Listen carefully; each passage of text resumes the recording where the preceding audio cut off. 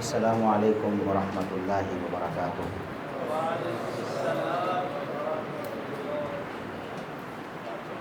ان الحمد للہ والصلاة والسلام علی رسول اللہ، اما بعد، اعوذ باللہ السمیع العلیم من الشیطان الرجیم،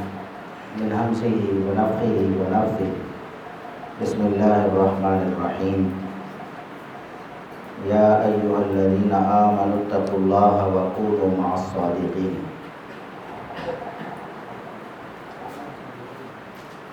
آج کا یہ ایک علمی پروگرام جسے ہمارے محترم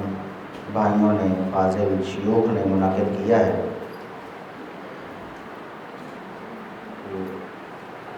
میرے جیسے طالب علم کو حکم فرمایا تو میں نے حاضری دی۔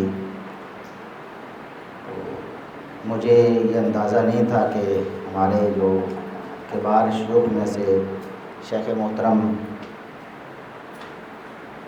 شیخ سعید مجتبیٰ سعیدی صاحب حافظہ اللہ تعالیٰ بھی موجود ہیں، ان کی موجودگی میں میرے جیسے طالب علم کا سبق سنانا بہت مشکل ہوگا، لیکن ان کا بھی حکم ہے کہ نہیں، آپ نے سبق سنانا ہے۔ تو یہ ایک کتاب جسے پڑھنے کے لیے آپ تشریف لائے ہیں اور جس کی تھوڑی سی تشریح یا جس پر تعلیق لگانے کی ذمہ داری میرے جیسے طالب علم کے حصے میں آئی ہے، یہ کتاب ایک جو فتنہ پروان چڑھ رہا تھا، اس فتنے کو دبانے کے لیے لکھی گئی، مسلمانوں میں یہ شعور بیدار کرنے کے لیے کہ وحدت کے نام پہ پہلے بھی بہت سارے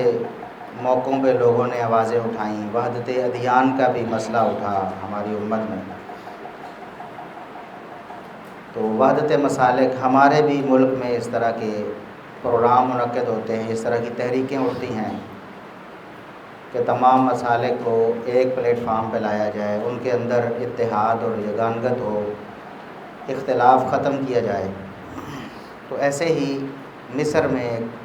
تحریک کھڑی کی گئی جس کا مقصد یہ بتایا جاتا تھا کہ اہل السنہ کو شیعہ کے ساتھ متفق کر دیا جائے، دونوں ایک دوسرے کے ساتھ متفق ہو جائیں، ان کے درمیان اتحاد ہو جائے، اختلاف باقی نہ رہے، یا جو اختلافات ہیں ان کو غیر ضروری قرار دے کر، اور اصل مقصد یہی تھا کہ اہل سنہ کو مجبور کیا جائے کہ وہ روافض کے عقائد اور ان کے جو اعمال ہیں ان کے حوالے سے اپنی حساسیت ختم کر، جنہیں وہ بہت بڑا کفر سمجھتے ہیں اسے معمولی سمجھ کے درگزر کریں اور اپنے مسلمات پہ کمپرومائز کریں۔ تو اس وقت جب مصر میں یہ تحریک برپا کی جا رہی تھی تو محب الدین خطیب رحمہ اللہ نے یہ ایک چھوٹا رسالہ لکھا جس میں انہوں نے روافض کا جو مذہب ہے، شیعہ مذہب، اس کا ایک مرکزی نقطہ اور خاکہ پیش کیا۔ الخطوط العریضہ کا مطلب یہ ایک خاکہ، موٹی موٹی شکل صورت آپ کے سامنے آئے کہ یہ مذہب کیا ہے، ان کے مقاصد کیا ہیں، ان کے عقائد کیا ہیں، ان کے اعمال کیا ہیں، اور مقصد یہ تھا کہ اہل سنہ کو پتہ چلے کہ کیا ان کے ساتھ اتحاد ہو سکتا ہے، کیا ان کے ساتھ مل کے چلا جا سکتا ہے، کیا کوئی ایسی صورت ہو سکتی ہے کہ ایک ہی پلیٹ فارم پہ سارے جمع ہو جائیں اور ان کے اختلافات ختم ہو جائیں۔ تو یہ جو کتاب ہے یہ ان کے موٹے موٹے عقائد، چند ایسی چیزیں جن سے آپ کو بخوبی اندازہ ہو جائے کہ یہ مذہب کیا ہے اور ہم کیا ان کے ساتھ چل سکتے ہیں یا نہیں۔ یہ کتاب بہت مختصر ہے اور شاید ایک ایک حوالہ ساری چیزوں کا، چند ایک جو بڑے عقائد ان کا دیا گیا ہے۔ تو اسی کتاب کو سمجھیں کہ تفصیل کے ساتھ اگر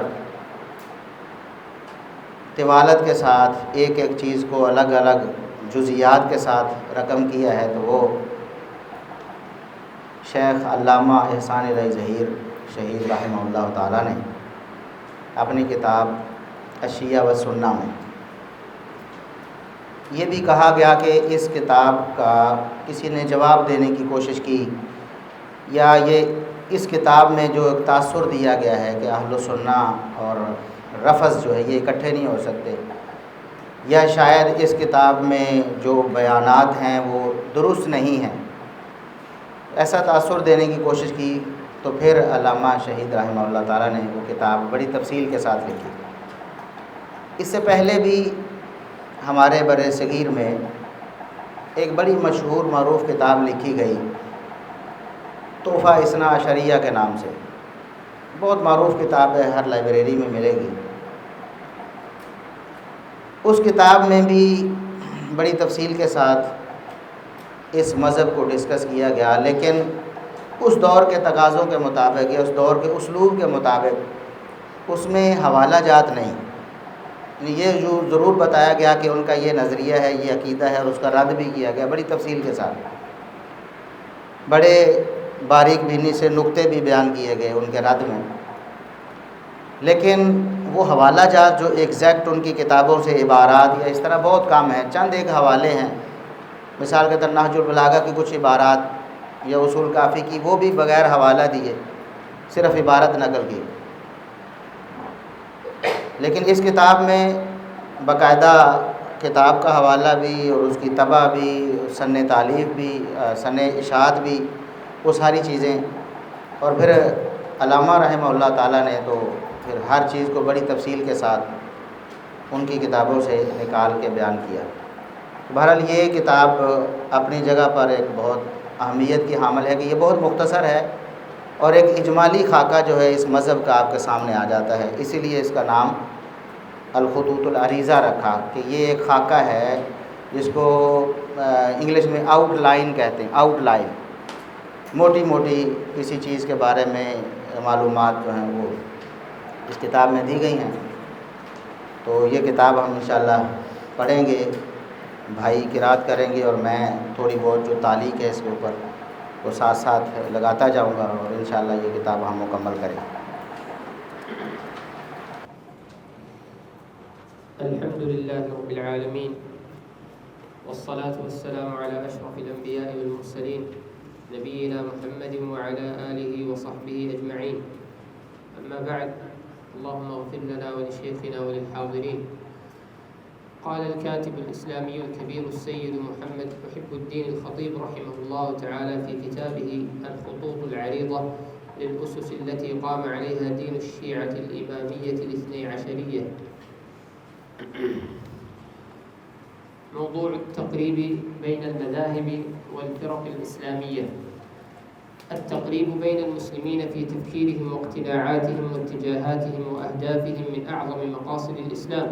ومن أهم وسائل القوة والنهوض والإصلاح، وهو من الخير لشعوبهم وجامعتهم في كل زمان ومكان.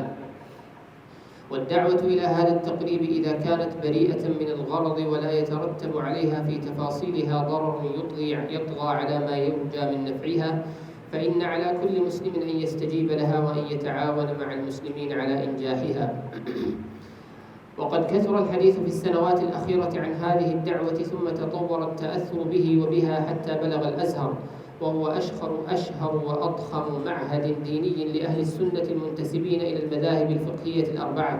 فتبنى الأزهر فكرة التقريب هذه بأوسع من نطاقه الذي التزمه بلا انقطاع من أيام صلاح الدين الأيوبي إلى الآن،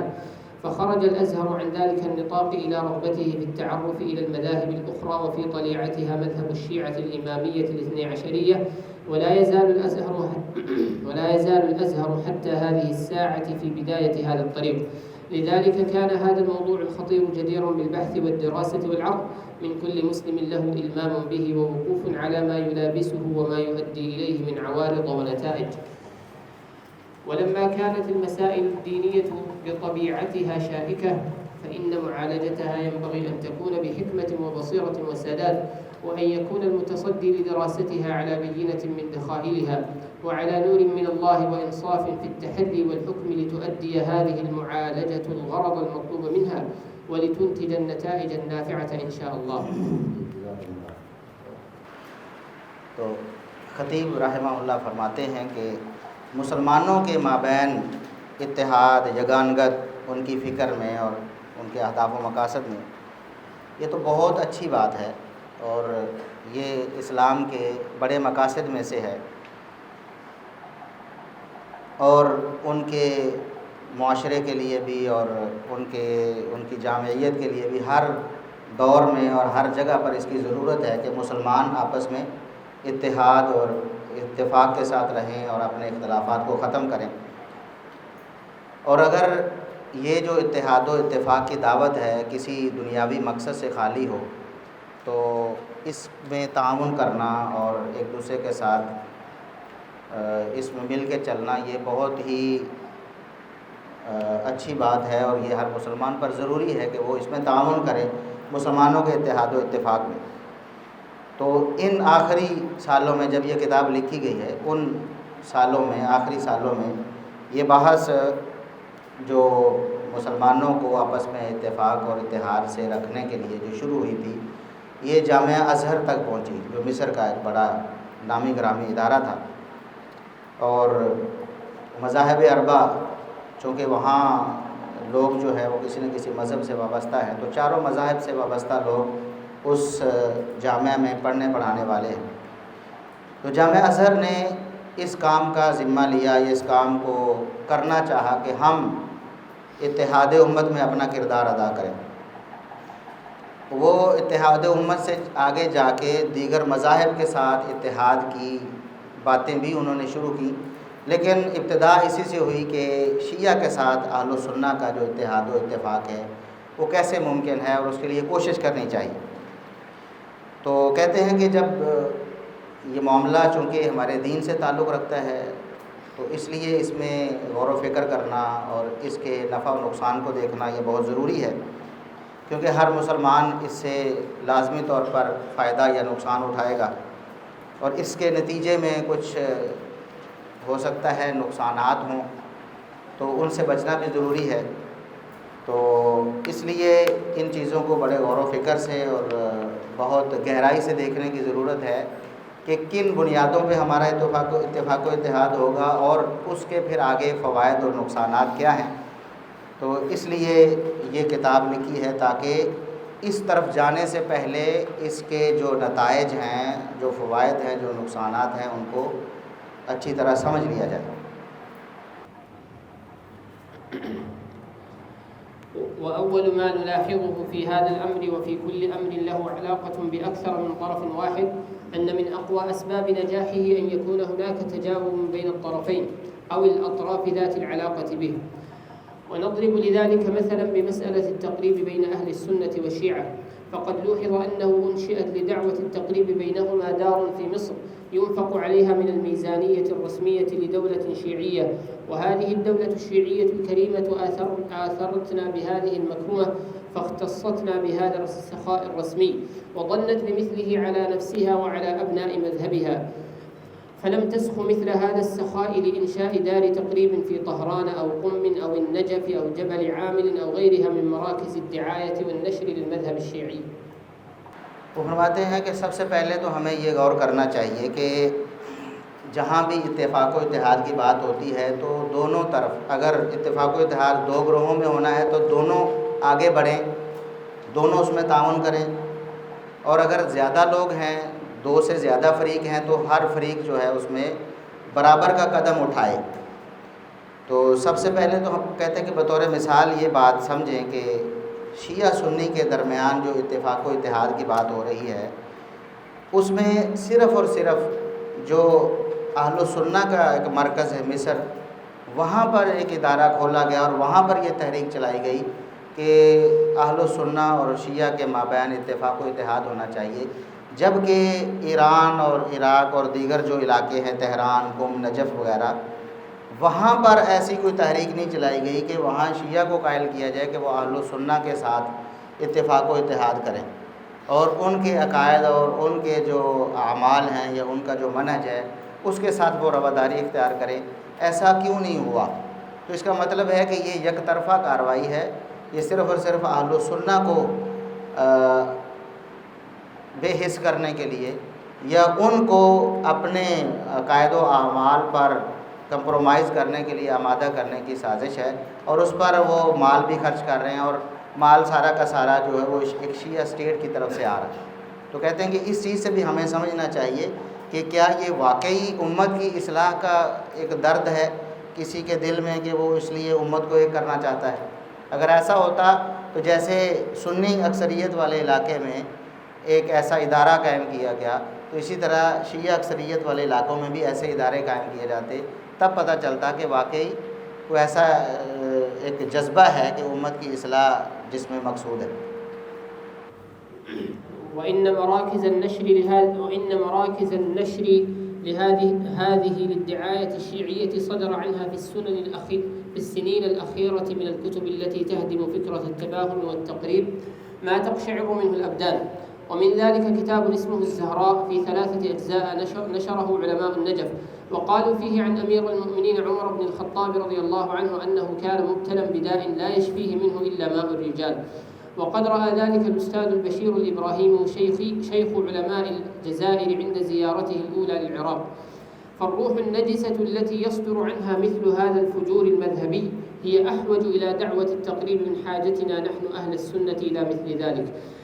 وإذا كان الافتراق الأساسي بيننا وبينهم قائما على دعواهم أنهم أكثر منا ولاء لأهل البيت، وعلى دعواهم أنهم يبطنون بل يظهرون الحقد والضغينة لأصحاب رسول الله صلى الله عليه وسلم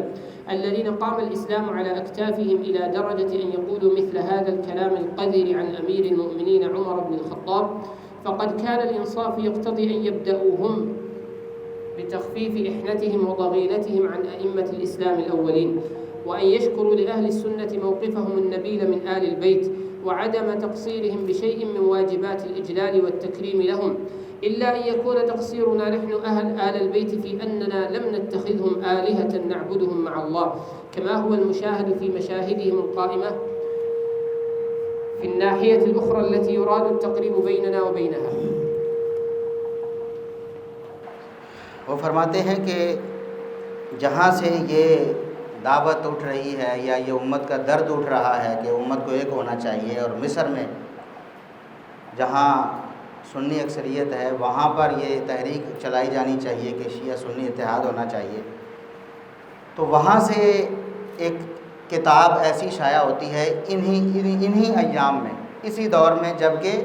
شیعہ سنی مفاہمت کے لیے کوشش کی جا رہی ہے، اسی دور میں جہاں سے یہ کوشش اور تحریک اٹھائی جا رہی ہے وہیں سے ایک کتاب شائع ہوتی ہے جس کا نام الزہراء ہے، اور وہ 3 جلدوں میں نشر ہوئی ہے۔ تو اس میں جن علماء نے وہ کتاب ترتیب دی ہے انہوں نے سیدنا عمر بن خطاب رضی اللہ عنہ، جو اہل سنہ کے ہاں بہت عظیم المرتبہ بلکہ ان کے عقیدے میں شامل ہیں، یعنی ان کے ایمان میں وہ شامل ہیں، ان کے بغیر ان کا ایمان ہی مکمل نہیں، ان کے بارے میں ایک ایسی گھٹیا ترین بات کہی ہے کہ یعنی ہر پستی کی ہر حد کو انہوں نے عبور کر دیا ہے۔ نعوذ باللہ سیدنا عمر بن خطاب رضی اللہ عنہ پر بہت برا اور گھٹیا الزام عائد کیا ہے۔ میرا نہیں خیال کہ الفاظ میں اس کو بیان کیا جائے، بس عربی میں جو آپ لوگ سمجھ لیں گے تو وہی کافی ہے۔ وہ کہتے ہیں کہ یہ کتاب عراق میں خود ایک جو استاذ بشیر ابراہیمی ہیں انہوں نے وہ کتاب دیکھی ہے اور یہ عبارت خود پڑھی ہے۔ تو جو ایسی نجس روح ہے جو ایسی بات سیدنا عمر بن خطاب رضی اللہ عنہ کے بارے میں کر سکتی ہے، اس کی اصلاح زیادہ ضروری ہے نا، بجائے اس کے کہ اہل السنہ کے علاقے میں یہ تحریک چاہی جائے کہ وہ شیعہ کے بارے میں رواداری کا مظاہرہ کریں یا ان کے ساتھ اتحاد کریں۔ تو ان کو جا کے سمجھانا چاہیے کہ وہ اس طرح کی بکواسات اور اس طرح کے جو حملے ہیں اہل السنہ کے جذبات پر وہ نہ کریں۔ تو ایسا نہیں ہوا، اور ان کا دعویٰ یہ ہے جو کہ ہم اہل بیت سے محبت کرنے والے ہیں اور ہمارا تعلق اہل بیت سے زیادہ ہے، تو اور دوسری طرف وہ رسول اللہ صلی اللہ علیہ وسلم کے صحابہ اکرام کے بارے میں اس طرح کے اپنے جو خبث باطن ہے اس کا وہ اظہار کرتے ہیں۔ حالانکہ صحابہ اکرام رضوان اللہ علیہ مجمعین وہ ہستیاں ہیں جن کے ذریعے اسلام پہنچا، جن کے کندھوں پہ اسلام آج ہمارے پاس پہنچا ہے۔ اور وہ سیدنا عمر رضی اللہ عنہ کے بارے میں ایسی بات کر رہے ہیں، ان کو تو چاہیے کہ وہ ائمہ اسلامی صحابہ اور بعد کے جو ائمہ اہل سنت ہیں ان کا وہ ادب و احترام کریں، ان کے بارے میں اپنی یہ بدباطنی اس کو ختم کریں، اور اہل السنہ کا وہ شکریہ ادا کریں کہ ہوتا یوں ہے ہمیشہ مخالفت میں کہ جس کی مخالفت کی جا رہی ہے وہ مخالفت کرنے والے کی مسلمات پہ حملہ کرتا ہے، کیونکہ مخالف اس کی مسلمات پر حملہ کر رہا ہوتا ہے۔ تو جس طرح وہ صحابہ کرام پر حملہ کرتے ہیں تو اس طرح اہل السنہ مقابلے میں اہل بیت پہ حملہ کرتے، تو ایسا نہیں ہے۔ انہیں تو شکر گزار ہونا چاہیے کہ اہل السنہ کا جو منہج ہے، ان کا جو عقیدہ ہے، وہ اہل بیت کے بارے میں بھی انتہائی صاف ستھرا ہے، وہ کسی اہل بیت کے بارے میں بھی کوئی ذرا برابر بھی میل اپنے دل میں نہیں رکھتے، زبان سے بولنا تو دور کی بات ہے، اور وہ اس کو اہل بیت کی عزت و تکریم کو اپنا ایمان، واجبات ایمان میں شامل سمجھتے ہیں۔ ہاں، ہماری ان کی نظر میں جو ہم تقصیر کرتے ہیں یا کوتاہی یا گستاخی ان کی نظر میں اہل بیت کی، وہ یہ ہے کہ ہم ان کو معبود نہیں بناتے۔ انہوں نے معبود بنا لیا ہے، ان کی پوجا شروع کر دی ہے، جبکہ ہم ان کو معبود نہیں بناتے۔ ہم تو کتاب و سنت کے مطابق ان کو جو فضائل ہیں ان کو تسلیم کرتے ہیں اور ان کا ادب و احترام کرتے ہیں۔ إن التجاوب لا بد منه بين الطرفين المراد تفاهمهما والتقريب بينهما، ولا يكون التجاوب إلا إذا التقى السالب بالموجب، ولم يقتصر نشاط الدعوة إليه والعمل لتحقيقه على جهة واحدة دون الأخرى كما هو حاصل الآن. وما يقال عن انفراد التقريب بدار واحدة في عاصمة أهل السنة وهي مصر دون عواصم المذهب الشيعي ومراكز النشر النشيطة جدا للدعاية له والبغي على غيره، يقال كذلك عن إدخال مادة هذا التقريب في مناهج الدراسة الأزهرية قبل أن يكون لذلك مقابل ومماثل في معاهد التدريس الشيعية. أما إذا اقتصر الأمر كما هو الواقع الآن على طرف واحد من الطرفين أو الأطراف ذات العلاقة به فإنه لا يرجى له النجاح، هذا إذا لم يترتب عليه رد فعل غير حميد. ومن أتفه وسائل التعارف أن يبدأ منها بالفروع قبل الأصول۔ وہ فرماتے ہیں کہ تالی دونوں ہاتھوں سے بجتی ہے۔ جب دو فریق ہیں جن کے مابین صلح یا جن کے مابین اتحاد ہونا ہے تو دونوں طرف سے صلح کی طرف پیش قدمی ہونی چاہیے۔ ہمیشہ مثبت اور منفی ملتے ہیں، دو تارے ہیں، ایک نیوٹرل ہے اور ایک فیز والی ہے، دونوں ملتی ہیں تو کرنٹ آتا ہے۔ تو جب تک ایسا نہیں ہوگا تب تک یہ جو اتحاد اتفاق کا خواب ہے وہ شرمندہ تعبیر نہیں ہوگا۔ تو ابھی جو ہے صرف مصر میں جو سنی علاقہ ہے وہاں پر شیعہ کے حوالے سے نرم گوشہ پیدا کرنے کے لیے یا ان سے اتفاق و اتحاد کے لیے یہ سارا کچھ ہو رہا ہے، تو شیعہ علاقوں میں کیوں ایسا نہیں ہو رہا کہ وہاں بھی ایسے مراکز کھولے جائیں جن میں اہل السنہ کے بارے میں ان کو نرم کیا جائے یا ان کے عقائد و اعمال کا احترام کرنے کی ان کو تعلیم و ترغیب دی جائے؟ تو ایسا نہیں ہے۔ اور پھر جامعہ ازہر میں ایسا نصاب میں ایسی تبدیلی کی گئی جس میں شیعہ سنی یا دیگر مذاہب کے ساتھ مفاہمت اور ان کے ساتھ قرب اور ان کے ساتھ اتفاق و اتحاد کے بارے میں پڑھایا جانے لگا۔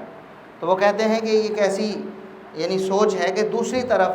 شیعہ جو اسٹیٹس ہیں، جو علاقے ہیں، جو ان کے ممالک ہیں، جو حکومتیں ہیں،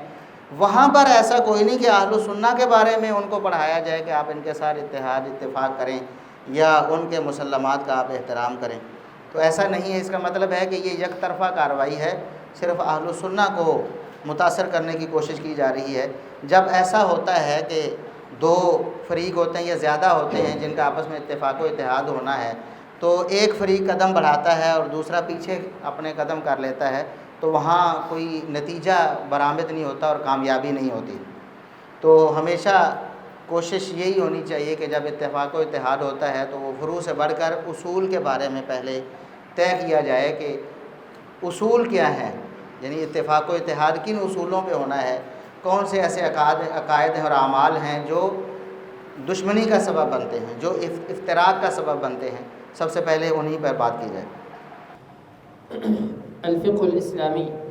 فالفقه الإسلامي عند أهل السنة وعند الشيعة لا يرجع إلى أصول مسلمة عند الفريقين، والتشريع الفقهي عند الأئمة الأربعة من أهل السنة قائم على غير الأسس التي يقوم عليها التشريع الفقهي عند الشيعة، وما لم يحصل التفاهم على هذه الأسس والأصول قبل الاشتغال بفروعها، وما لم يتم التجاوب في ذلك من الناحيتين في المعاهد العلمية الدينية للطائفتين، فلا فائدة من إضاعة الوقت في الفروع قبل الأصول، ولا نعني بذلك أصول الفقه بل أصول الدين عند الفريقين من جذورها الأولى. سب سے پہلے تو وہ فرماتے ہیں کہ جو فقہ اسلامی ہے اس کا منبع، اس کا مصدر، اس کے اصول، اس کے مصادر کون سے ہیں، اہل السنہ کے نزدیک اور ہیں اور شیعہ کے نزدیک اور ہیں. تو جب تک دونوں فریق مسلمہ اصولوں پر جمع نہیں ہوں گے تو اتفاق کیسے ہو جائے گا. تو جو اہل السنہ کے تو 4 بڑے گروہ ہیں جو مذاہب اربعہ کے نام سے جانے جاتے ہیں، ان سب کے اصول اور ہیں، یعنی کتاب اللہ اور حدیث ہے، اور پھر اصول فقہ بھی ہیں، تقریباً ملتے جلتے ہیں، اس میں اختلاف بھی ہے لیکن بنیادیں ایک ہی ہیں، کتاب و سنت. لیکن اس کے برعکس ان کے اصول اور ہیں، جس طرح آگے جا کے وہ بات کریں گے کہ تقیہ کا مسئلہ ہے، پھر قرآن کریم کے بارے میں ہے، پھر اور صحابہ کے بارے میں بات ہے، انبیاء کے بارے میں، امامت کے بارے میں بات ہے. تو ان کے اصول ہی اور ہیں، ان کی کتابیں اور ہیں. ٹھیک ہے، آگے جا کے پڑھیں گے کہ قرآن ہی ان کے نزدیک جو ہے وہ ان کے امام نے لے کے آنا ہے، ابھی تک وہ ان کے پاس موجود نہیں ہے، اور ان کا وہ دعویٰ ببانگ دوحل ہے، اور وہ اس کو علی اعلان یہ کہتے بھی ہیں. تو ایسی صورت میں جب اصول ہی الگ ہیں تو پھر اتفاق کس چیز پہ ہوگا؟ تو اتفاق نہیں ہوگا. ایسے یہ وقت کا ضیاع ہے، اس میں کوئی فائدہ نہیں ہوگا. مسألة التقية. وأول موانع التجاوب الصادق بإخلاص بيننا وبينهم ما يسمونه التقية، فإنها عقيدة دينية تبيح لهم التظاهر لنا بغير ما يبطنون، فينخدع سليم القلب منا بما يتظاهرون له به من رغبتهم في التفاهم والتقارب، وهم لا يريدون ذلك ولا يرضون به ولا يعملون له إلا على أن يبقى من الطرف الواحد مع بقاء الطرف الآخر في عزلته لا يتزحزح عنه قيد شعره. ولو توصل ممثل دور التقية منهم إلى إقناعنا بأنهم خطوا نحونا بعض الخطوات، فإن جمهور الشيعة كلهم من خاصة وعامة يبقى منفصلا عن ممثلي هذه المهزلة، ولا يسلم للذين يتكلمون باسمه بأن لهم حق التكلم باسمه. سب سے بنیادی جو وجہ اور سبب جس کی وجہ سے ان دونوں فریقوں کے مابین کوئی اتفاق نہیں ہو سکتا، وہ مسئلہ تقیہ ہے. کیونکہ تقیہ ان کے نزدیک عبادت ہے، اور وہ اس کو فرض اور واجب کہتے ہیں، اور وہ ہر وقت تقیہ کرتے بھی ہیں. اور تقیہ کا لازمی نتیجہ بس اس کا معنی یہ ہے کہ وہ ایسی چیز کو ظاہر کرنا جو ان کے دل میں نہیں ہے، یعنی نفاق، جھوٹ، دھوکہ، فراڈ. اب وہ ظاہراً یہ کہتے ہیں کہ ہم صلح چاہتے ہیں، ہم اتحاد چاہتے ہیں، حالانکہ حقیقت میں دل سے وہ اتحاد نہیں چاہتے ہوتے. تو یہ سب سے بڑی رکاوٹ ہے تقیہ کا مسئلہ، کہ عام جو سنی مسلمان ہیں بھولے بھالے، وہ یہ سمجھ لیتے ہیں کہ شاید ان کا جو دعویٰ ہے اس میں یہ سچے ہیں،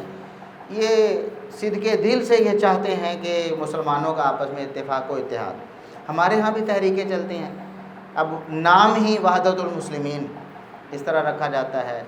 یا اسی طرح اتفاق و اتحاد کے نام پہ کوئی پروگرام بھی ہوتے ہیں، لوگوں کو مدعو بھی کیا جاتا ہے. ہمارے لوگ بھی خوشی سے پھولے نہیں سماتے کہ ہمیں دعوت آئی ہے، اور وہ سمجھتے ہیں شاید اپنی نادانی کی وجہ سے یہ سمجھ لیتے ہیں کہ شاید یہ صدقے دل سے وحدت امت کی دعوت دے رہے ہیں، اور وہاں جا کر ان کے سٹیج پہ تعریفیں بھی کرتے ہیں کہ ماشاءاللہ یہ حضرت صاحب تو بہت زیادہ امت کا درد رکھنے والے ہیں، اور امت میں اتفاق و اتحاد یہ پیدا کرنا چاہتے ہیں، اور ہم ان کے ساتھ ہیں، غیر مشروط طور پر ہم ان کا تعاون کرنے کے لیے تیار ہیں. اصل میں وہ مسئلہ تقیہ ہوتا ہے کہ وہ تو دل سے ہمارے قریب آنے کے لیے تیار نہیں، اور ہمیں دھوکہ دیتے ہیں، اور ہم دھوکے میں مبتلا ہو جاتے ہیں کہ شاید یہ واقعی صلح کرنا چاہتے ہیں، یہ واقعی ہمارے قریب آنا چاہتے ہیں، یہ واقعی اتحاد و اتفاق کرنا چاہتے ہیں. تو کہتے ہیں کہ اگر اس طرح کی ڈرامہ بازی اگر یہ کر بھی لیں، کچھ اداکار قسم کے لوگ وہ ایسی اداکاری کریں اور آپ کو یہ باور کروائیں کہ ہم یہ صلح کرنا چاہتے ہیں، تو جو زیادہ بڑی اکثریت ہے ان کی، وہ ان سے لا تعلق رہتے ہیں. وہ کہتے ہیں ہم اس اتفاق اور اتحاد کے حامی نہیں ہیں، باوجود تقیہ کے پھر بھی وہ مکر جاتے اور کہتے ہیں کہ ہمارا ان سے کوئی تعلق نہیں، یہ چند لوگ ہیں، ان کا تو ہمارے مذہب سے تعلق نہیں، یا یہ ہمارے ہیں ہی نہیں. حالانکہ وہ بھی اوپر سے ایکٹنگ ہی کر رہے ہوتے ہیں، لیکن اس کے باوجود اس ایکٹنگ کو بھی ان کی اکثریت قبول نہیں کرتی۔ وہ کہتے ہیں کہ جی یہ جو فلاں صاحب ہے، نقوی صاحب، ان کا ہمارے سے کوئی تعلق نہیں، فلاں سے کوئی تعلق نہیں۔ اندر سے انہیں بھی پتہ ہوتا ہے کہ یہ بھی اصل میں دل سے نہیں کرنا چاہتے، لیکن ان کی مجبوری بھی ہوتی ہے کہ عوام جو ہے کہیں وہ یہ نہ سمجھ لے کہ ہمارا اور اہل السنہ کا کوئی اختلاف نہیں ہے، یا ہم ان کے ساتھ مل سکتے ہیں اور ان کے ساتھ اتفاق اتحاد کر سکتے ہیں، تو وہ ہمارے ہاتھوں سے نکل جائے گی۔ اس لیے وہ ایک خلیج حائل رکھنا چاہتے ہیں۔ تو جس طرح کی ڈرامہ بازی کر رہے ہوتے ہیں، اکثریت ان سے بھی اپنے آپ کو الگ کر لیتی ہے اور کہتی ہے کہ یہ ہمارے نمائندہ نہیں۔ تو ایسی حالت میں پھر اگر کوئی اہل سنہ میں سے یہ سمجھ لے کہ شاید وہ سچے دل سے اتفاق اتحاد کرنا چاہتے ہیں، تو یہ اس کی نادانی ہو سکتی، کم سے کم الفاظ میں یہ نادانی ہے۔ الطعن في القرآن الكريم. وحتى القرآن الذي كان ينبغي أن يكون المرجع الجامع لنا ولهم على التقارب نحو الوحدة، فإن أصول الدين عندهم قائمة من جذورها على تأويل آياته وصرف معانيها إلى غير ما فهمه منها الصحابة عن النبي صلى الله عليه وسلم، وإلى غير ما فهمه منها أئمة الإسلام عن الجيل الذي نزل عليه القرآن. بل إن أحد كبار علماء النجف وهو الحاج مرزا حسين بن محمد تقي النوري الطبرسي الذي بلغ من إجلالهم له عند وفاته سنة 1320 من الهجرة أنهم دفنوه في بناء المشهد المرتضوي بالنجف في إيوان حجرة بانو العظمى بنت السلطان ناصر لدين الله، وهو ديوان الحجرة القبلية عن يمين الداخل إلى الصحن المرتضوي من باب القبلة في النجف الأشرف بأقدس البقاع عندهم. هذا العالم النجفي ألف في سنة 1292 وهو في النجف عند القبر المنسوب إلى الإمام علي رضي الله عنه كتابا سماه فصل الخطاب في إثبات تحريف كتاب رب الأرباب، جمع فيه مئات النصوص عن علماء الشيعة ومجتهديهم في مختلف العصور بأن القرآن قد زيد فيه ونقص منه. وقد طبع كتاب الطبرسي هذا في إيران سنة 1289 للهجرة، وعند طبعه قامت حوله ضجة، لأنهم كانوا يريدون أن يبقى التشكيك في صحة القرآن محصورا بين خاصتهم ومتفرقا في مئات الكتب المعتبرة عندهم، وأن لا يجمع ذلك كله في كتاب واحد تطبع منه ألوف من النسخ ويطلع عليها خصومهم، فيكون حجة عليهم ماثلة أمام أنظار الجميع. ولما أبدى عقلاؤهم هذه الملاحظات خالفهم فيها مؤلفه، وألف كتابا آخر سماه رد بعض الشبهات عن فصل الخطاب في إثبات تحريف كتاب رب الأرباب. وقد كتب هذا الدفاع في أواخر حياته قبل موته بنحو 2 وقد كافأوه على هذا المجهود في إثبات أن القرآن محرف بأن دفنوه في ذلك المكان الممتاز من بناء المشهد العلوي في النجف. قرآن کریم میں طعن جو ہے یہ ان کا مذہب ہے، اور قرآن کریم ہی وہ چیز تھی جس کی بنا پر ہمارا اور ان کا اتحاد اور اتفاق ہو سکتا تھا۔ یہ ایک مرکزی چیز تھی کہ وہ بھی قرآن کو مانتے، ہم بھی مانتے، تو قرآن کریم سے ہم اپنے اختلافات کا فیصلہ کروا لیتے۔ لیکن قرآن کریم کے حوالے سے جہاں تک وہ زبانی طور پر مانتے ہیں، وہ بھی اتنا کہ اس کی تعویل اور اس کی تشریح یا اس کی تفسیر وہ کرتے ہیں جو رسول اللہ صلی اللہ علیہ وسلم نے صحابہ کرام کو نہیں سکھائی، جو صحابہ کرام نے نہیں سمجھی، نہ سمجھائی، اور اسی طرح ائمہ اسلام نے جو تفسیر کیا اس کے بالکل خلاف وہ تفسیر کرتے ہیں۔ بلکہ ان کے تو ایک بڑے علامہ، ان کے بہت بڑے عالم جو الحاج مرزا حسین بن محمد تقی نوری طبرسی، جس کی ان کے ہاں قدر و قیمت یا ان کے ہاں ان کے مقام کا اندازہ اس سے لگایا جا سکتا ہے کہ انہوں نے جو نجف اشرف جس کو کہتے ہیں، وہ یعنی ان کے ہاں جس طرح ہمارے ہاں خانہ کعبہ بہت مقدس ہے، مدینہ منورہ کا علاقہ مقدس ہے، اور ہمارے ہاں نبی کریم صلی اللہ علیہ وسلم کی قبر مبارک جو ہے وہ بہت اشرف اور اعلیٰ مقام ہے، تو اسی طرح ان کے ہاں نجف اشرف اس کو کہتے ہیں، تو وہ بہت ان کے ہاں بہت مقدس جگہ ہے۔ اس میں بھی ایک خاص جو حجرہ تھا، اس میں جو شہزادی کا حجرہ تھا، اس کے اندر اس کو انہوں نے دفن کیا۔ یہ اس بات کی دلیل ہے کہ وہ ان کے نزدیک بہت اعلیٰ انسان تھا اور بہت عرفہ، اس کی قدر و منزلت بہت زیادہ ہے اس کے نزدیک۔ تو اس نے اپنی کتاب میں جو باقاعدہ اس کا نام ہی اس نے یہ لکھا فصل الخطاب۔ قرآن کریم رب الارباب کی کتاب میں تحریف کا اس بات اس پر اس موضوع عنوان سے اس نے کتاب لکھی، اور یہ کتاب ان کے عقائد کی عکاسی تھی، لیکن تھوڑی پریشانی انہیں اس لیے ہوئی، عام لوگوں کو جو عام روافظ تھے ان کو یہ پریشانی اس لیے ہوئی کہ اس نے وہ ساری چیزیں نکال کے ایک کتاب میں جمع کر کے لوگوں کے سامنے رکھ دیں۔ اب جو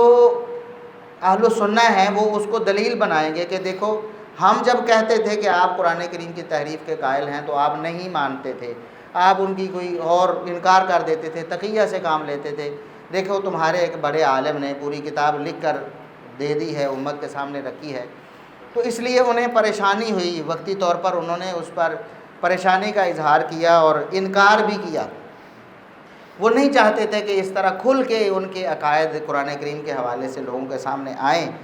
تو کسی نے اس پر کوئی بات بھی کی کہ نہیں جی یہ کتاب صحیح نہیں، یا ہم اس کو نہیں مانتے تقیۃً۔ تو اس نوری تبرسی نے دوبارہ ایک اور کتاب لکھی جس میں اس نے پھر اس چیز کا اعادہ کیا کہ یہ شیعہ کا مذہب ہے، یہ ہمارا عقیدہ ہے، اور یہ بات بالکل ہمارے مسلمات میں سے ہے، اس میں کسی قسم کی کوئی شک و شبہ کی گنجائش نہیں، اور انکار کرنے والا بالکل غلط کہتا ہے، میں نے جو لکھا ہے یہی ہمارا مذہب ہے۔ تو یہ 2 سال پہلے، اپنی وفات سے 2 سال پہلے اس نے دوبارہ اپنی کتاب کے دفاع میں ایک کتاب لکھی، اور 2 سال بعد جب وہ فوت ہوا تو اس جو کارنامہ اس نے کیا تھا اس کے عوض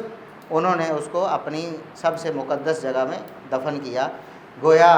یہ بات بالکل حقیقت ہے کہ یہی ان کا عقیدہ ہے، اور اس نے کچھ غلط نہیں لکھا، جو کچھ لکھا وہ ان کے عقائد کی ترجمانی تھی، انہی کی کتابوں، معتبر کتابوں کی روایات تھیں، اور انہوں نے بھی دل سے اس کو برا نہیں جانا۔ بظاہر اگر وہ کہتے ہیں کہ انکار کرتے نہیں ہم نہیں مانتے، تو یہ تقیۃً ہے، جس طرح پہلے بیان ہو چکا ہے کہ یہ ان کے مذہب کی اساس ہے کہ وہ تقیہ کرتے ہیں، اور اس کو وہ فرض اور واجب بھی کہتے ہیں کہ اہل السنہ کو دھوکہ دینا یہ ہمارے لیے فرض ہے اور یہ ثواب کا کام ہے۔ ومما استشهد به هذا العالم النجفي على وقوع النقص من القرآن إراده في الصفحة 180 من كتابه سورة تسميها الشيعة سورة الولاية، مذكور فيها ولاية علي: يا أيها الذين آمنوا بالنبي والولي اللذين يا أيها الذين آمنوا آمنوا بالنبي والولي اللذين بعثناهما يهديانكم إلى الصراط المستقيم إلى آخره. وقد اطلع الثقة المأمون الأستاذ محمد علي سعودي الذي كان كبير خبراء وزارة العدل بمصر ومن خواص تلاميذ الشيخ محمد عبده على مصحف إيراني مخطوط عند المستشرق براين، فنقل منه هذه السطور بالفوتوغراف، وفوق سطورها العربية ترجمتها باللغة الإيرانية. وكما أثبتها الطبرسي في كتابه فصل الخطاب في إثبات تحريف كتاب رب الأرباب، فإنها ثابتة أيضا في كتابهم دبستان مذاهب باللغة الإيرانية لمؤلفه محسن فاني الكشميري، وهو مطبوع في إيران طبعات متعددة. ونقل عنه هذه السور المكتوبة على الله العلامة المستشرق تولدكه في كتابه تاريخ المصاحف في الجزء الثاني صفحة 102، ونشرتها الجريدة الآسيوية الفرنسية سنة 1842۔ وہ کہتے ہیں کہ اپنی کتاب میں جو اس نے دلیلیں پیش کی ہیں قرآن کریم کے محرف ہونے کے حوالے سے، نعوذ باللہ، ان دلیلوں میں سے ایک دلیل وہ صورت پیش کی اس نے کہ یہ ایک صورت ولایت ہے جس میں علی رضی اللہ عنہ کی ولایت بیان کی گئی تھی، قرآن سے نکال دی گئی، یعنی صحابہ کرام نے اس کو نکال دیا، لہٰذا یہ قرآن محرف ہے۔ اور وہ آیت کیا جو انہوں نے بنائی، نعوذ باللہ، گھڑی، یا ایھا الذین آمنوا آمنوا بالنبی والولی، ایمان والو تم نبی پر بھی ایمان لاؤ اور ولی پر بھی ایمان لاؤ۔ ولی سے مراد خلیفہ بلا فصل، جن کو اللہ رب العزت نے دونوں کو بھیجا، یعنی نبی کو بھی اور ولی کو، یعنی علی رضی اللہ عنہ کو بھیجا، وہ دونوں صراط مستقیم کی رہنمائی کرتے ہیں۔ تو یہ جو صورت ہے صرف اور صرف اسی کتاب میں نہیں کہ کوئی شیعہ اس کا انکار کر سکے کہ یہ جی اس نے غلط لکھ دیا تو ہمارے تو یہ ہم تو اس کی صورت کو نہیں مانتے یا ہم اس صورت پر ایمان نہیں رکھتے۔ تو یہ صورت ان کی دیگر کتابوں میں بھی موجود، جس طرح دبستان مذاہب ہے، ٹھیک ہے۔ اس سے پہلے یہ جو اس صورت کی فوٹوگراف جو ہے ایک سکہ جو عالم ہے اس نے باقاعدہ طور پر جو ایک بڑے مرتبے پہ یعنی عائد فائز تھے مصر میں عدلیہ میں، تو انہوں نے بھی اپنی اس کو محفوظ کیا تھا کہ واقعی یہ اپنی اس صورت کو مانتے ہیں کہ یہ صورت قرآن میں موجود تھی اور اس کو حذف کر دیا گیا، صورت ولایت۔ اور اس کے بعد دبستان مذاہب میں بھی جو ایرانی زبان میں کتاب لکھی گئی، اس میں بھی یہ صورت لکھی گئی اور اس کے کئی یعنی ایڈیشن شائع ہوئے باقاعدہ طور پر ایران سے، اور کسی نے اس پر اعتراض نہیں کیا اور اس کو ختم بھی نہیں کیا گیا، اس کتاب پہ پابندی بھی نہیں لگائی گئی۔ تو اسی طرح ایک مستشرق ہے، اس نے اپنی کتاب تاریخ المصاحف میں بھی اس صورت کو باقاعدہ درج کیا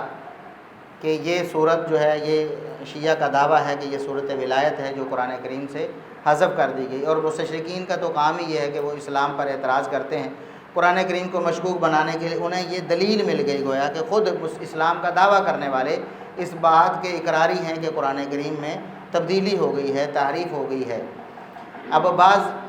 جو ہمارے ہاں پڑھے لکھے شیعہ ہیں وہ اگر تقیہ چھوڑ کر وہ کہتے بھی ہیں تو کہتے ہیں کہ ہم قرآن میں نقص مانتے ہیں، زیادت نہیں مانتے، یعنی قرآن کریم سے کچھ آیات یا کچھ الفاظ نکال دیے گئے ہیں، ہم بس یہ دعویٰ کرتے ہیں قرآن کریم میں کوئی زیادت ہوئی ہے اس کا ہم دعویٰ نہیں کرتے۔ لیکن حقیقت میں جس طرح پیچھے پڑا کہ زیادت اور نقص دونوں کا دعویٰ ان کا، اور ان کی جو روایات ہیں دونوں کے بارے میں بتاتی ہیں۔ آگے بھی آپ انشاءاللہ اس حوالے سے پڑھیں۔ وكما استشهد العالم النجفي بسورة الولاية على أن القرآن محرف، استشهد كذلك بما ورد في صفحة 289 من كتاب الكافي طبعة سنة 1278 بإيران، وهو عندهم بمنزلة صحيح البخاري عند المسلمين. فقد جاء بتلك الصفحة من كتاب الكافي ما نصه. روى عدة من أصحابنا عن سهل بن زياد عن محمد بن سليمان عن بعض أصحابه عن أبي الحسن عليه السلام، أي أبو الحسن الثاني علي بن موسى الرضا المتوفى سنة 206، قال: قلت له جعلت فداك إنا نسمع الآيات في القرآن ليس هي عندنا كما نسمعها، ولا نحسن أن نقرأها كما بلغنا عنكم، فهل نأثم؟ فقال: لا، اقرأوا كما تعلمتم فسيجيئكم من يعلمكم. ولا شك أن هذا الكلام قد اختلقته الشيعة على إمامها علي بن موسى الرضا، ولكن معناه عندهم الفتوى بأنه لا يأثم من قرأ القرآن كما يتعلمه الناس في المصحف العثماني. ثم إن الخاصة من الشيعة سيعلم بعضهم بعضا ما يخالف ذلك مما يزعمون أنه موجود أو كان موجودا عند أئمة من أهل البيت. وہ کہتے ہیں کہ جس طرح اس نوری تبرسی نے، نجفی عالم نے قرآن کریم میں اس صورت کے نہ ہونے کو بنیاد بنایا قرآن کریم میں تحریف واقع ہونے پر، انہوں نے کہا کہ دیکھیں صورت ولایت تھی لیکن اب قرآن میں نہیں ہے، اس کا مطلب ہے قرآن میں تحریف ہو گئی ہے۔ تو اسی طرح ان کی جو الکافی کتاب ہے جس کو وہ اصول الکافی کہتے ہیں، ہمارے ہاں جیسے صحیح البخاری کا درجہ ہے، ان کے ہاں اسی طرح اصول الکافی کا درجہ ہے کہ وہ اس کو اپنی معتبر ترین کتاب مانتے ہیں۔ تو اس میں جو ایک روایت درج کی گئی ہے اس سے بھی اس بات کی تصدیق ہوتی ہے کہ جو تبرسی نے جو بات لکھی ہے کہ ایک صورت قرآن کریم سے پوری کی پوری حذف ہو گئی اور یہ قرآن کریم میں تحریف کی دلیل ہے،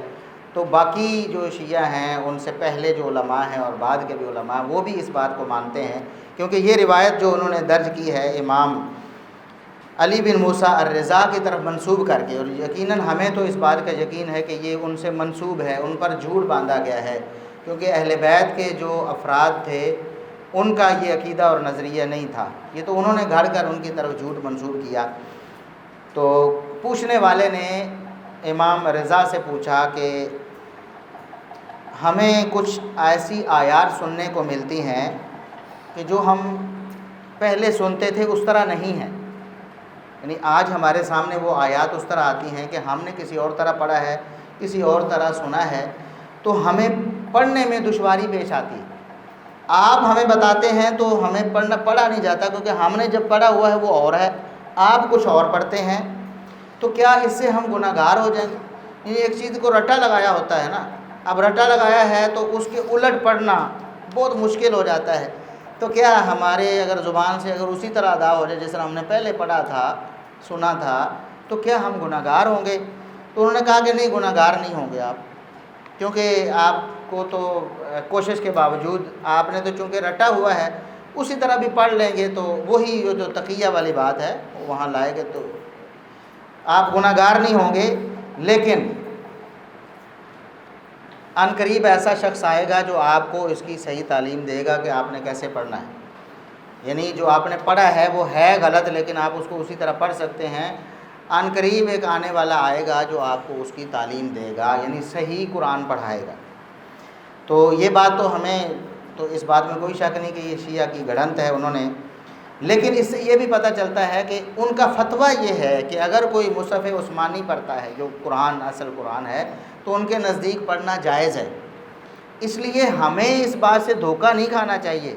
کہ ہمارے لوگ کہتے ہیں دیکھو جی فلاں ملک میں بھی تو وہی قرآن چھپ رہا ہے، اگر وہ اس قرآن کو نہ مانتے ہوتے تو وہ قرآن شائع کیوں کرتے؟ اس لیے تقیتاً، اور ان کا فتویٰ بھی آ گیا کہ غلط بھی پڑھے گا تو گناہ گار نہیں ہوگا، ان قریب صحیح بھی پڑھا دیا جائے گا۔ ٹھیک ہے، تو یہ تو بات بالکل واضح ہے کہ وہ قرآن کریم کو محرف اور مبدل مانتے ہیں۔ اور پھر جو خاص لوگ ہوتے ہیں، اور یہ بات خود ہمیں لوگوں نے بتائی ہے جو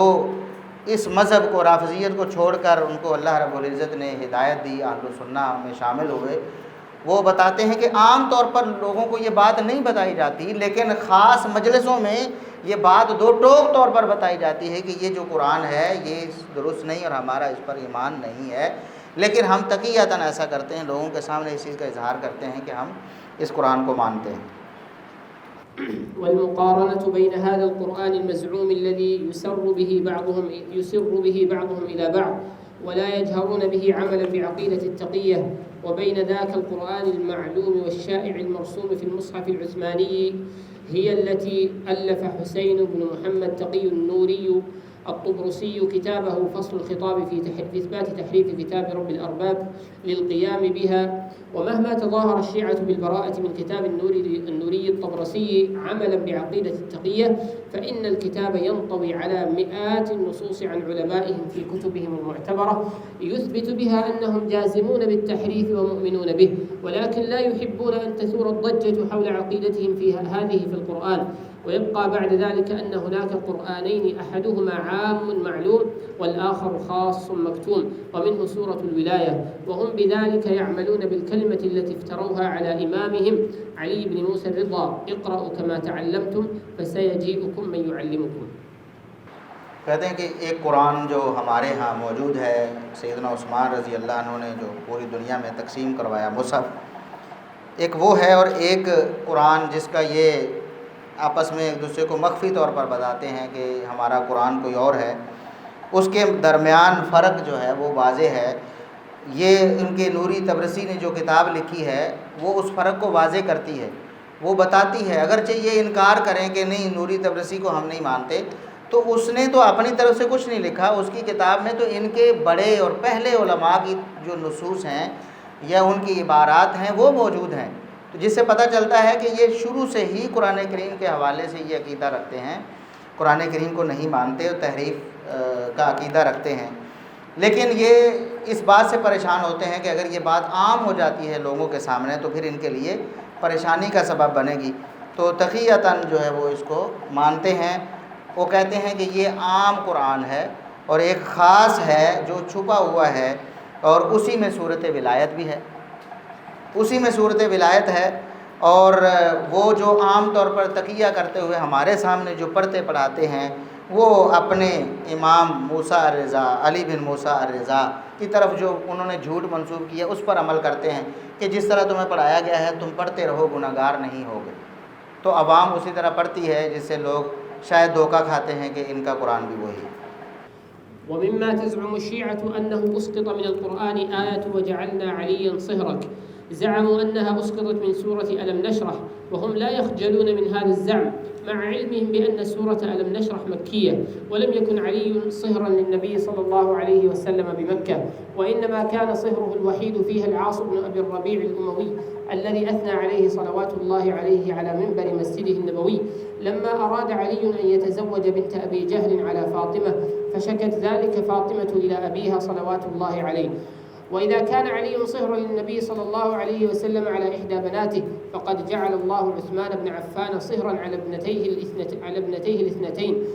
وقال له النبي صلى الله عليه وسلم لما توفيت الثانية لو كانت لنا ثالثة لزوجناكها۔ شیعہ جو یہ دعویٰ کرتے ہیں کہ قرآن کریم سے ایک آیت گرا، جس طرح سورت کا دعویٰ کرتے ہیں کہ سورت حذف ہو گئی، اسی طرح ان کا یہ بھی دعویٰ ہے کہ ایک آیت بھی سورہ علم نشرہ سے حذف کر دی گئی۔ وہ آیت یہ تھی کہ وجعلنا علی صہرا، کہ اے نبی ہم نے علی کو آپ کا داماد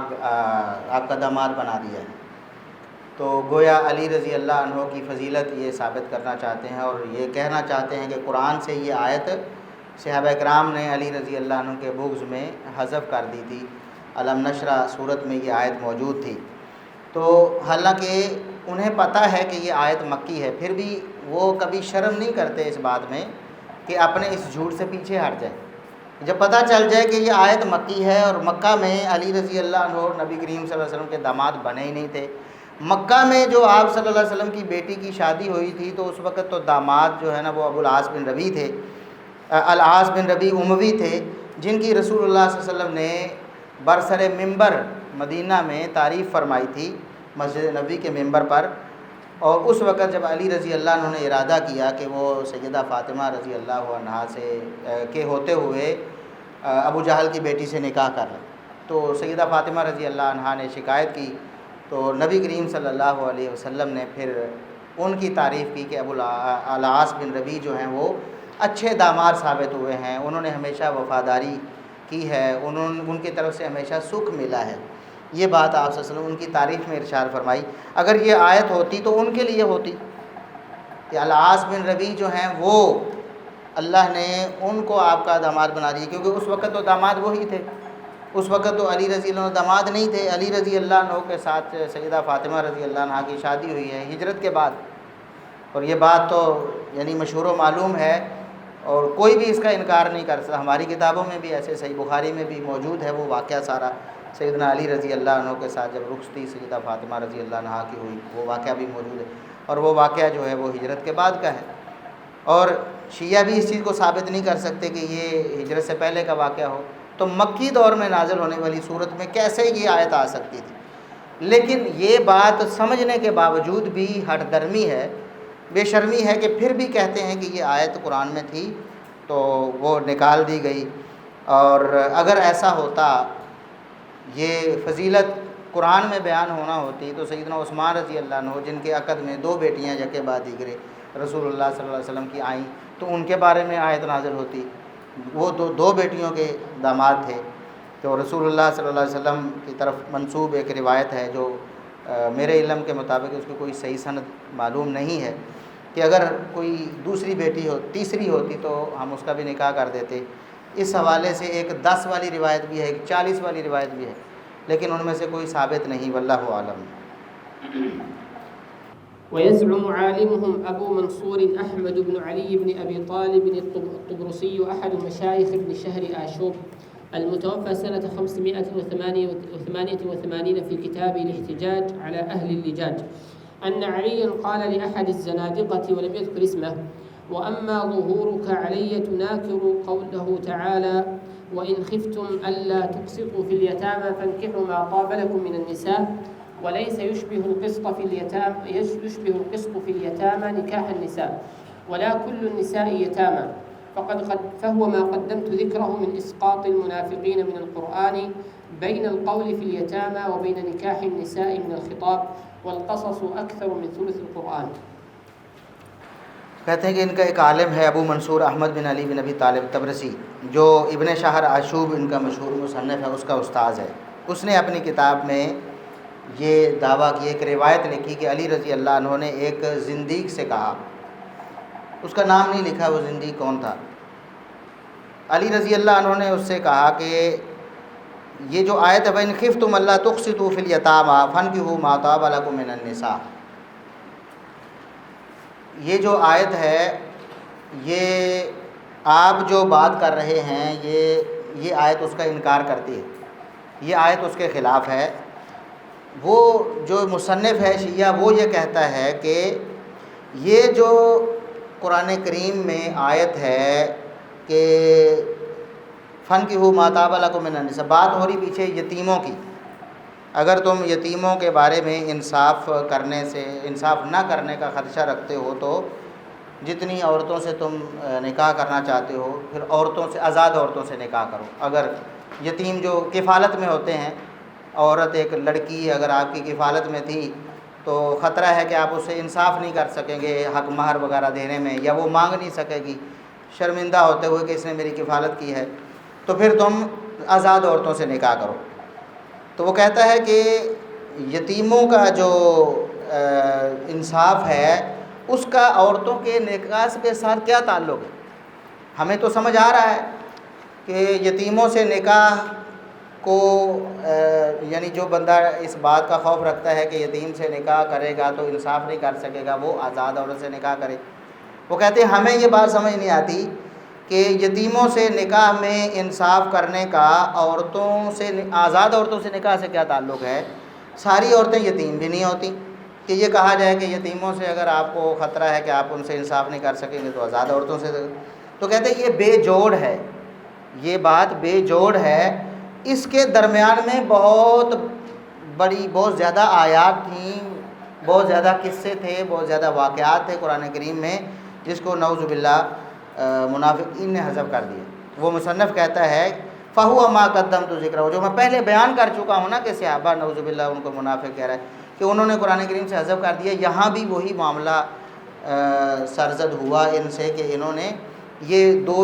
جو چیزیں ہیں ان کو بے جوڑ چھوڑ دیا ہے،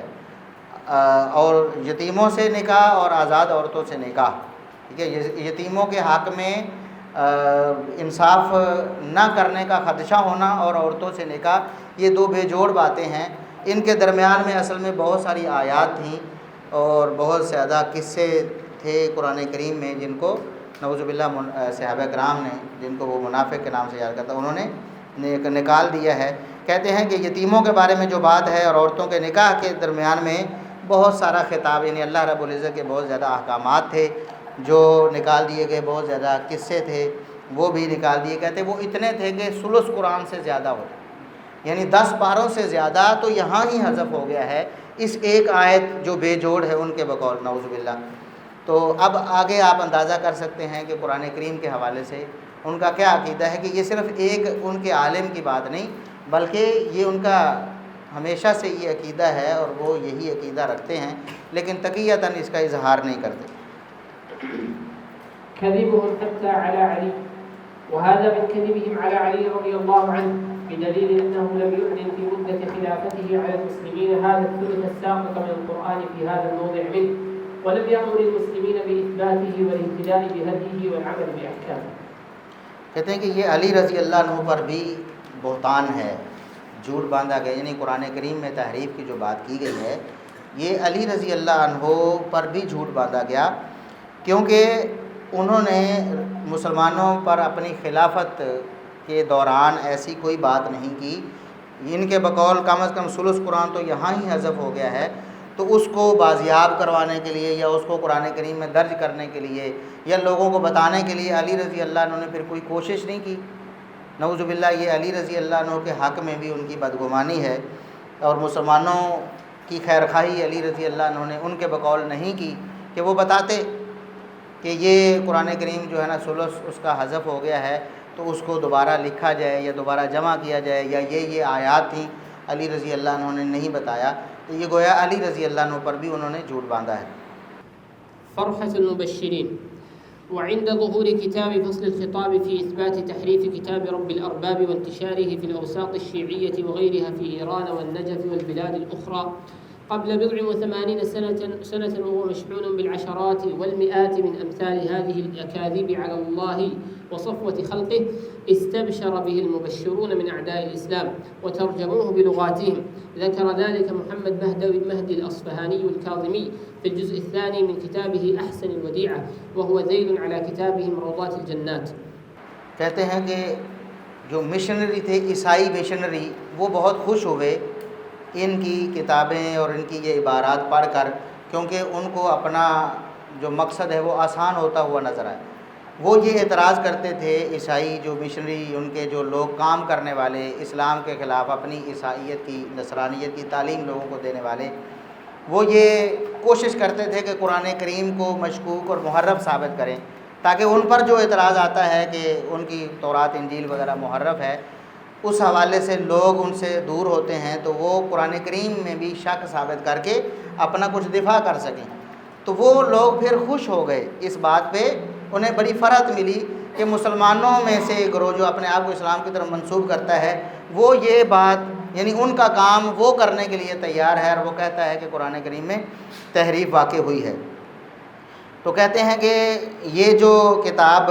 جب لوگوں کے ہاں پہنچی، شیعہ یا دیگر لوگ ایران اور دیگر علاقوں میں، تو اس میں تو بہت ساری عبارت، دسیوں نہیں سینکڑوں ان کی ایسی عبارات، ان کی نصوص جن کو وہ نص کہتے ہیں کہ جس میں کسی قسم کا کوئی شک و شبہ نہیں، وہ متواتر روایات ان کو کہتے ہیں، وہ لوگوں کے سامنے پہنچیں۔ تو وہ لوگ تو خوش ہو گئے جو عیسائی مشنری تھے کہ ہمیں آسانی ہو گئی ہے، اور انہوں نے باقاعدہ طور پر ان کتابوں کو چھاپا، اپنی یعنی انگریزی وغیرہ میں ترجمہ کر کے اس کو خود شائع کیا۔ اب جو اسلام کے دشمن ہیں وہ کتاب کو خود شائع کر کے لوگوں تک پہنچاتے ہیں، تو اس کا مطلب ہے کہ وہ کتاب اسلام دشمنی پر مبنی ہے۔ تو اس سے وہ لوگ خوش ہوئے، اور یہ بات انہوں نے خود مانی ہے۔ یہ محمد مہدی اصفہانی الکاظمی، اس نے احسن الودیع نام کی کتاب، جو اصل میں ایک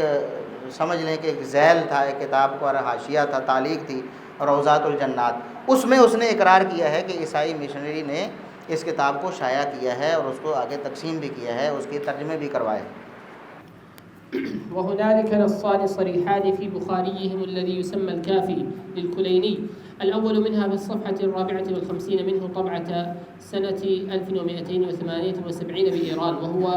عن جابر الجعفي قال: سمعت أبا جعفر عليه السلام يقول: ما ادعى أحد من الناس أنه جمع القرآن كله كما أنزل إلا كذاب، وما جمعه وحفظه كما أنزله إلا علي بن أبي طالب والأئمة من بعده۔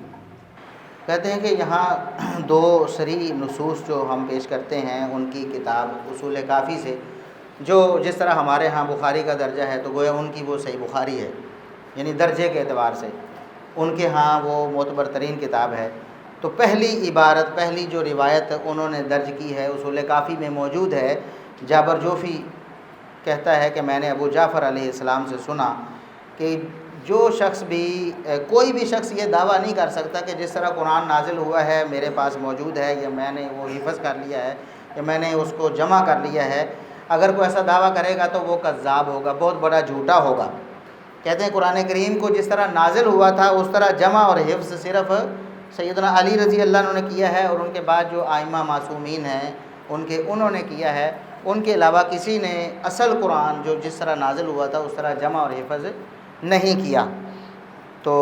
جی، وكل شيعي يقرأ كتاب الكافي هذا الذي هو عندهم بمنزلة صحيح البخاري عندنا يؤمن بهذا النص. أما نحن أهل السنة فنقول إن الشيعة كذبوا ذلك على الباقر أبي جعفر رحمه الله، بدليل أن سيدنا علي رضي الله عنه لم يكن يعمل في مدة خلافته وهو بالكوفة إلا بالمصحف الذي أنعم الله على أخيه سيدنا عثمان رضي الله عنه بجمعه وإذاعته في الأمصار وتعميم العمل به في جميع الأعصار إلى الآن وإلى يوم القيامة. ولو كان عند علي مصحف غيره وهو خليفة حاكم لا ينازعه أحد في نطاق حكمه لعمل به ولا أمر المسلمين بتعميمه والعمل به، ولو أنه كان عند غيره وكتمه عن المسلمين لكان خائنا لله ورسوله والدين الإسلامي. وجابر الجعفي الذي يزعم أنه سمع تلك الكلمة الآثمة من الإمام أبي جعفر محمد الباقر، وإن كان موثوقا عندهم فهو معروف عند أئمة المسلمين بالكذب. قال أبو يحيى الحماني: سمعت أبا حنيفة يقول: ما رأيت في من رأيت أفضل من عطاء ولا أكذب من جابر الجعفي۔ وہ کہتے ہیں کہ ہر شیعہ جب یہ اپنی کتاب کافی پڑھتا ہے، جو ہمارے ہاں جیسا صحیح بخاری کا مقام ہے، ان کے نزدیک اصول کافی کا مقام ہے، تو اس کو عقیدت کے ساتھ پڑھتا ہے اور اس کو صحت کے اعتقاد کے ساتھ پڑھتا ہے، تو وہ اس عبارت پر بھی یقین رکھتا ہے کہ یہ روایت ہماری معتبر ترین کتاب میں آئی ہے، اس کو صحیح سمجھتا ہے۔ ہم جو اہل سنہ ہیں وہ تو یہ بات سمجھتے ہیں کہ یہ شیعہ نے جھوٹ گھڑا ہے اور امام ابو جعفر الباقر کے ذمے لگا دیا. یعنی امام ابو جعفر الباقر نعوذ باللہ انہوں نے ایسا نہیں کہا کہ قرآن جو ہے وہ علی رضی اللہ عنہ کے علاوہ کسی کے پاس جمع نہیں تھا، باقی ہر شخص جو جمع کرنے کا دعویٰ کرتا ہے وہ کذاب ہے. گویا کہ سیدنا عثمان رضی اللہ عنہ، سیدنا زید بن ثابت، سیدنا عمر بن خطاب، سیدنا ابوبکر رضی، جنہوں نے بھی اس حوالے سے جمع و تدوین کے حوالے سے کوشش کاوش کی، یہ ان کے بارے میں اشارتاً کہہ رہے ہیں کہ وہ کذاب ہے ایسا دعویٰ کرنے والا. تو کہتے ہیں کہ علی رضی اللہ عنہ اگر یہ بات سچی ہوتی تو علی رضی اللہ عنہ اپنے عہد خلافت میں پھر اس خرابی کو دور کرتے. قرآن کریم جو پورا جمع نہیں ہوا تھا، ناقص تھا، یا اس میں سے کچھ نکال دیا گیا تھا، یا اس میں سے کچھ زائد کیا گیا تھا، تو علی رضی اللہ عنہ اس اپنے دور خلافت میں اس کو درست کرتے اور درست قرآن ان کے بقول جو علی رضی اللہ عنہ کے پاس تھا وہ لوگوں تک پہنچاتے. جس طرح سیدنا عثمان رضی اللہ عنہ نے قرآن کریم کو جمع کیا، اس کو پھر پوری دنیا میں پہنچایا، تو علی رضی اللہ عنہ بھی ایسا کرتے. تو انہوں نے ایسا نہیں کیا، تو اس کا مطلب یہ ہے کہ یہ جھوٹ ہے. اور جابر جوفی کے بارے میں ہمارا اہل سنہ کا تو یہ اعتقاد ہے کہ وہ جھوٹا ہے. ہمارے ائمہ نے تو اس کو جھوٹا کہا ہے. جیسے ابو یحییٰ الحمانی نے امام ابو حنیفہ رحمۃ اللہ علیہ سے نقل کیا کہ میں نے جتنے لوگ بھی دیکھے ہیں، یعنی میری ملاقات جتنے لوگوں میں سے ہوئی ہے دنیا میں، سب سے افضل میں نے عطا بن ابی رباح کو دیکھا ہے اور سب سے جھوٹا میں نے جابر جوفی کو دیکھا ہے. تو جابر جوفی کو کذاب ہمارے ائمہ نے کہا ہے، ہم اس کو تو کذاب مانتے ہیں. تو ظاہر ہے یہ جھوٹ ہے، ہمارے نزدیک تو جھوٹ ہے. وہ جواب دیں کہ اگر وہ اس کو سچ سمجھتے ہیں تو وہ بتائیں کہ علی رضی اللہ عنہ نے اپنے عہد خلافت میں پھر اس خرابی کو دور کیوں نہیں کیا. مسلمانوں کی خیر خواہی اسی میں تھی کہ ان کے پاس اصل قرآن آتا، اگر نعوذ باللہ اس میں تحریف ہوئی ہوتی. وأكذب من هذا النص الأول في كتاب الكافي عن أبي جعفر النص الثاني المكذوب على ابنه جعفر الصادق، وهو في كتابكم الكافي أيضا، وهو عن أبي بصير قال: دخلت على أبي عبد الله إلى أن قال أبو عبد الله أي جعفر الصادق: وإن عندنا لمصحف فاطمة عليها السلام. قال: قلت: وما مصحف فاطمة؟ قال: مصحف فيه مثل قرآنكم هذا ثلاث مرات والله ما فيه من قرآنكم حرف واحد. کہتے ہیں کہ اس سے بڑا جھوٹ جو انہوں نے بولا، ایک تو یہ بھی بہت بڑا جھوٹ ہے،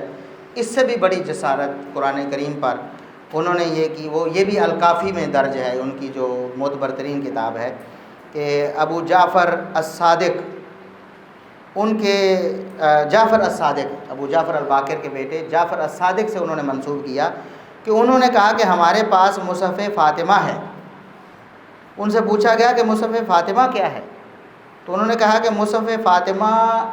جو ہمارے پاس ہے وہ تمہارے قرآن سے 3 گنا زیادہ ہے. یعنی تمہارا قرآن 3 دفعہ اگر جمع کیا جائے تو وہ مصحف فاطمہ ایک بنتا ہے. اور اگلی بات واللہ ما فیہ من قرآنکم حرف واحد، اور تمہارا جو قرآن ہے نعوذ باللہ ثم نعوذ، اس میں سے ایک حرف بھی اس میں نہیں.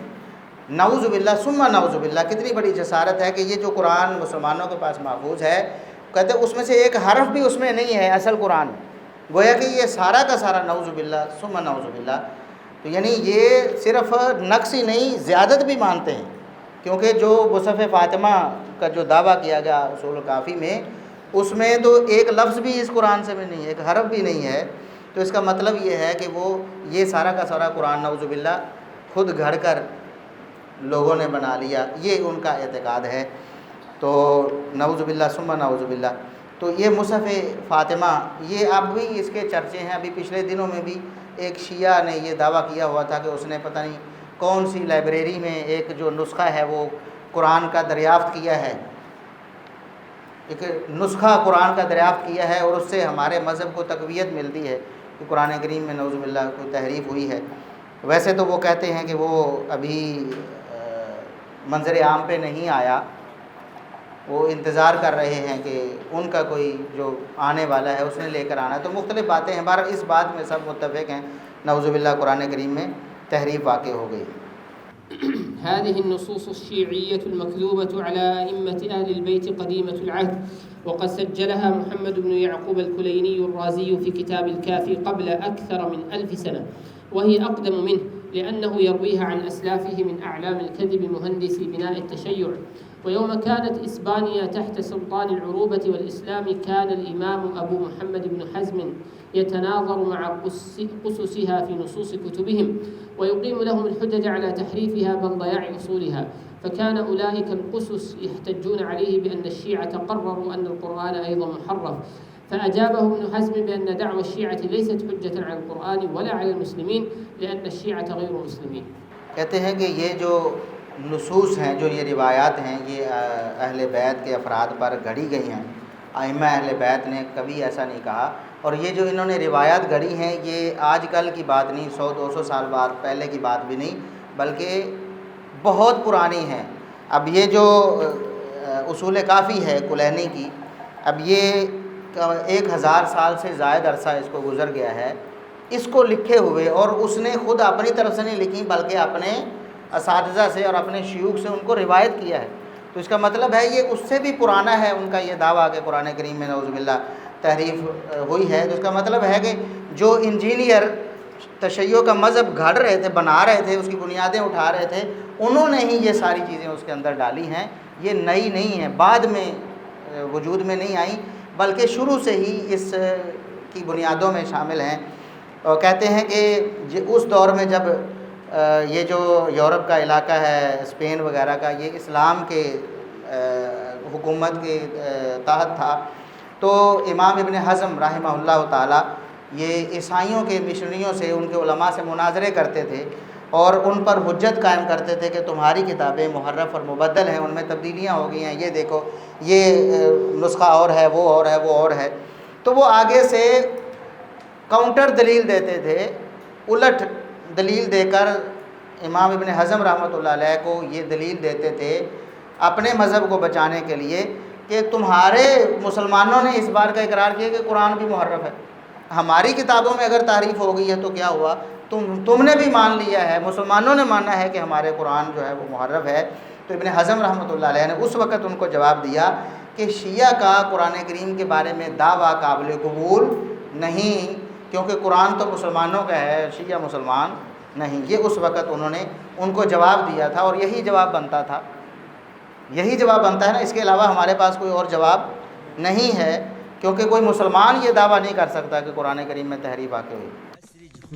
أسرج خيولك يا أخ الإيمان وانهض لبعث العلم في الأوطان، فالعلم ميراث الرسول أمانة صلى الله عليه وسلم، فالعلم ميراث الرسول أمانة فاز الحفيظ لإرثه الرباني.